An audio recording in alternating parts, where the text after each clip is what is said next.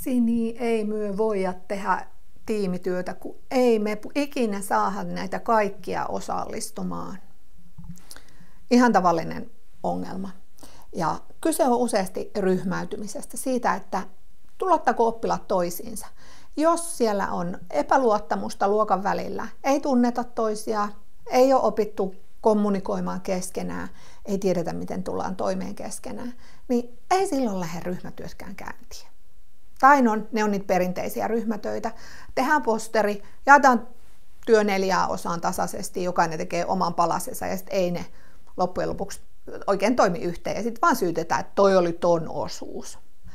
Tiimityön lähtökohta on se, että tiimiläiset luottaa toisiinsa.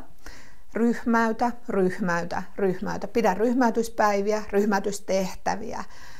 Toisaalta voit antaa semmoisia tuntemiseen ja luottamiseen liittyviä pikkutehtäviä sinne keskelle päivää. Samalla kun viedään tavarat pois, kysellään toiselta tuntemiskysymyksiä. Oppilaat ei uskalla suomalaisessa kulttuurissa helpostikaan lähestyä toisia. Sun tehtävä opettajana on luoda niitä mahdollisuuksia ja rohkaista siihen, että oppilaat tutustuu toisiinsa. Opettajan tehtävä on kehystää toimintakulttuuri niin, että kaikki tuntee siellä olonsa turvallisiksi ja pystyy toimimaan keskenään.